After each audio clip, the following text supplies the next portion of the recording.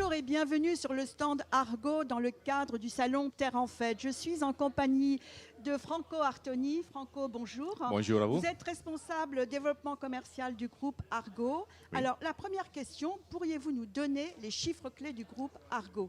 Oui, bien sûr. Argo, c'est un groupe multinational. La base, c'est en Italie. On distribue notre tracteur dans tout le monde, à peu près une centaine de pays dans le monde, à travers un réseau de distribution qui est géré par des 15 filiales et 80 à peu près importateurs. On a 6 usines de production, dont tous ils sont en Italie, et plus une usine de production en Brésil. Les deux marques qu'on distribue s'appellent Landini et McCormick, sont des marques historiques, les deux. Cette année, ce sont les 140 ans de Landini et sont à peu près 180 ans de McCormick. Les caractéristiques des deux marques sont Landini, c'est surtout un tracteur bien connu dans les régions méditerranéennes, donc l'Italie, la Grèce, l'Espagne et le Portugal. Origine italienne, lorsque McCormick c'est américain et c'est surtout un tracteur pour haute puissance et entrepreneur. Quoi d'autre? À peu près 20 000 tracteurs par an. Et là, les trois caractéristiques plus importantes, c'est une entreprise familiale, gérée dans la famille depuis plus de 30 ans. Et on s'occupe seulement des tracteurs, on n'a pas des autres choses, ces tracteurs. Et la plupart des composants sont fabriqués à l'intérieur de notre usine. D'accord. Alors justement, dans ce marché international, enfin européen plutôt, de marché du tracteur européen qui se contracte, où se place le groupe Argo? Le groupe Argo, il se place, oui, on a des tracteurs pour tous les métiers, entre guillemets. C'est un moment difficile pour les agriculteurs, surtout en Europe, et pas seulement, mais surtout en Europe, à cause de la baisse de la marge, à cause des coûts de l'exploitation qui sont montés énormément depuis le Covid, les prix de marché du matériel et aussi les nouvelles règles imposées par l'Europe. Non? Quand on parle de Green Deal, on a vu beaucoup de grèves pendant le début de l'année en toute l'Europe. Nous, on propose à notre cliente des solutions, des tracteurs ils ont beaucoup de technologies, mais ils sont très simples à utiliser, qui ont une performance très importante, au niveau des autres, sinon mieux, consommation de gasoil très bas. Et dans tous les tracteurs, depuis un an, on installe des solutions pour la gestion des flottes, pour la télémétrie et pour la gestion de l'exploitation. Ça pour aider notre cliente et les clientes qu'on est en train de gagner à gérer mieux l'exploitation, à réduire les coûts de gestion et aussi también avec beaucoup de confort dans notre cabine, dans notre tracteur. Alors justement, si on parle du marché italien du tracteur, où se situe réellement le groupe Argo?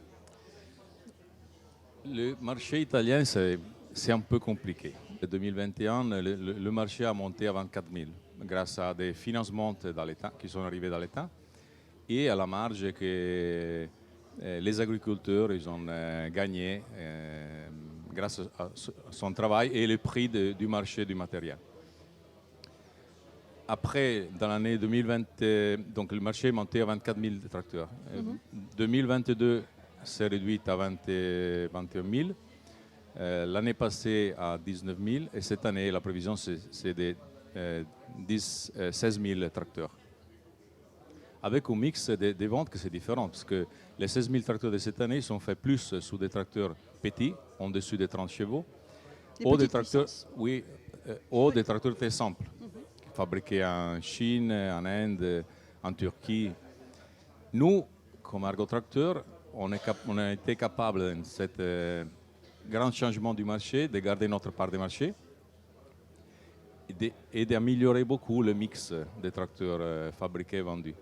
Un mix de tracteurs plus d'autres puissances, plus de technologie, et donc on a gagné beaucoup de clientes professionnelles. Très bien. Alors, Le groupe Argo a été récompensé plusieurs fois, le prix du TOTY, donc le meilleur tracteur de l'année, notamment en 2023, en 2022. Vous avez eu pas mal de récompenses. Quel impact cela a-t-il eu sur vos marques? Pour être sincère, si on dit comme ça en français, on a gagné 2023, oui, avec un tracteur, McCormick X6.4, P6 VT Drive. On a gagné 2024 avec 2 tracteurs, un Landini et un McCormick. Et ça a amené beaucoup d'orgueil dans l'intérieur de l'entreprise pour tous ceux qui ont travaillé dans les projets, les recherches et développement, le gars du marketing. Mais en général, toute la société a été récompensée pour le travail qu'on a fait. Et on a gagné face à des concurrents qui ont une taille, si vous voulez, beaucoup plus importante que nous. Les moyens pour investir sont beaucoup plus importantes. Et donc, on a réussi à gagner cette prime grâce au travail de notre collègue. Mais la chose plus importante, c'est que nous, on est bien connus dans tout le monde, mais grâce à la tracteur de l'année, on est encore plus connus. On est encore plus connus au niveau des producteurs de tracteurs de haute puissance, des technologies, de confort, des tracteurs qui, comme j'ai dit tout à l'heure, ils ont une consommation très, très, très basse de gasoil. Et donc ça, il a nous amené de nouveaux concessionnaires, là où on n'a pas, et de nouveaux clients professionnels qu'on n'avait pas avant.